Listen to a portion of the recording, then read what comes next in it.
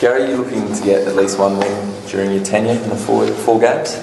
I'm looking for a competitive effort from the boys. I think I said a few weeks ago that it wasn't about win-loss, but I put it on the boys to make sure that they win for themselves. So we've got 2 games to go. Brisbane, who we respect, and played very well against Adelaide last week. So they're up and about at the moment. But really for the boys, their work that they've done throughout the year, pre-season, and in particular the last 2 weeks, we're making sure that they get a win for their reward. Do you think this is the best opportunity to maybe get a win?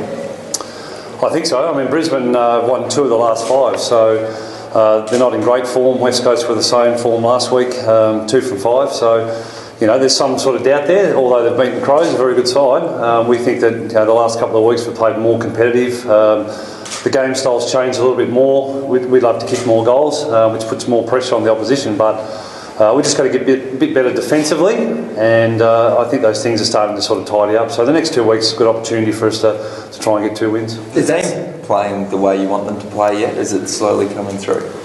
Oh, we don't want to lose. I'm certainly trying to get them to win. Over the last couple of weeks we haven't had that, but we've won 3 quarters out of 8, so that's disappointing. We get another 4 quarters to try and win on the weekend. So there's some things that I changed right at the start. That I said I came in and wanted to change. I can see some small changes or some improvement there. What are those things, Garry? Well, I think the tackling's gone up over the last couple of weeks. Now it hasn't gone up significantly, but it's certainly gone up a couple from where it was. We're low 40s. We're up in around averaging about 50. So when we win, it's about 70. So there's an expectation still on the group to be able to reach 70 every week.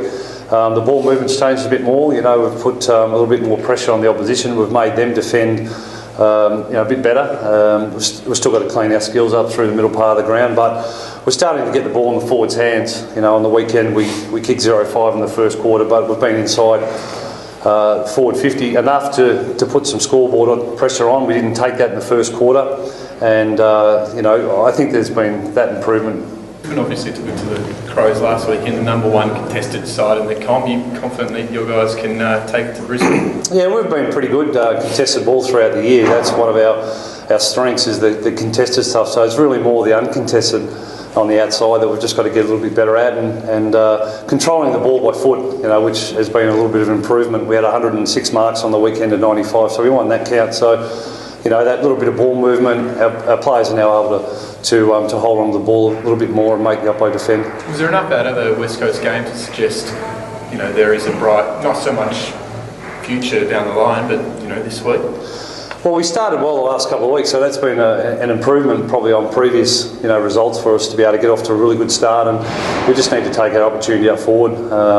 If we can come into a quarter, say last week, 3 goals 2 to 3 goals 4, you're 2 points behind. So that still gives your players confidence. You're not far away. So then you can really attack the second quarter. But with a 0-5 start, you really go back into a more defensive mindset, as a coaching group to try and shore things up before you start to attack. So if we can really take that opportunity in the first quarter, start well, put scoreboard pressure on the opposition, then you can start in the second, third quarter, fourth quarter, really, attack Brisbane.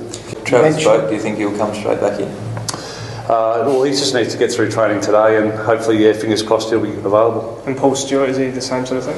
Yeah, he's the same. So he's had some serious head knocks over probably the last 4 or 5 weeks. So again, we've got to be careful with what he does. And again, he won't be any contact today, but he'll be out there training, and expect him to roll out again on the weekend. The difference between your good and bad is probably a little bit wider than some of the top sides. How do you bridge that? What is it that happens when you drop off?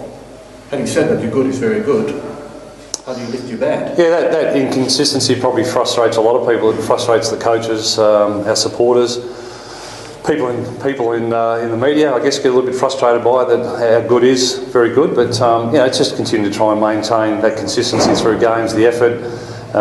Keep the tackling up, keep the pressure on. Opportunity hit targets, we have to take them. That's AFL footy, and our players still need a little bit more work in regards to that. But there's been improvement in the last couple of weeks, which has been promising. But you've got to look at, you're not playing against no one. You're playing against strong opposition every week, so they're going to defend you as hard as they can, and we just got to get better. I think we've played safe previously. It's an opportunity now to try and move the ball quicker forward. There's a little bit of technique in regards to that, which we've worked on the players over the last couple of weeks. So certainly the forward movement's what we want. If it's there, take it. If it's not, try and think your way through it. Garry, you mentioned there's a good feeling around the club, but there must be a fair few blokes out there who are really playing for their futures in the next couple of weeks. Yeah, well, every week you get that. Right at the start of the year, you've got players who are maybe at their end of their careers, or you've got some new kids on the block that want to prove a point. So at round 21, 22, in regards to round 1, I don't see any difference. We've got all our groups on notice. The new coach coming in, whoever that may be, will be able to sit back and have a look at our list and decide on it, and our players get an opportunity to really do something in the next couple of weeks about their career or their form. What's your priority for the rest of the year? Obviously Stephen Salopek's been playing well, or is it get games into the younger guys? It's everybody's up for selection over the last 4 weeks, and again with 2 to go, he's played really well at the Maggies, and he's put himself up for selection. How are you finding the head coaching role? Do you think you're ready to step into a role like that even if you don't choose this one?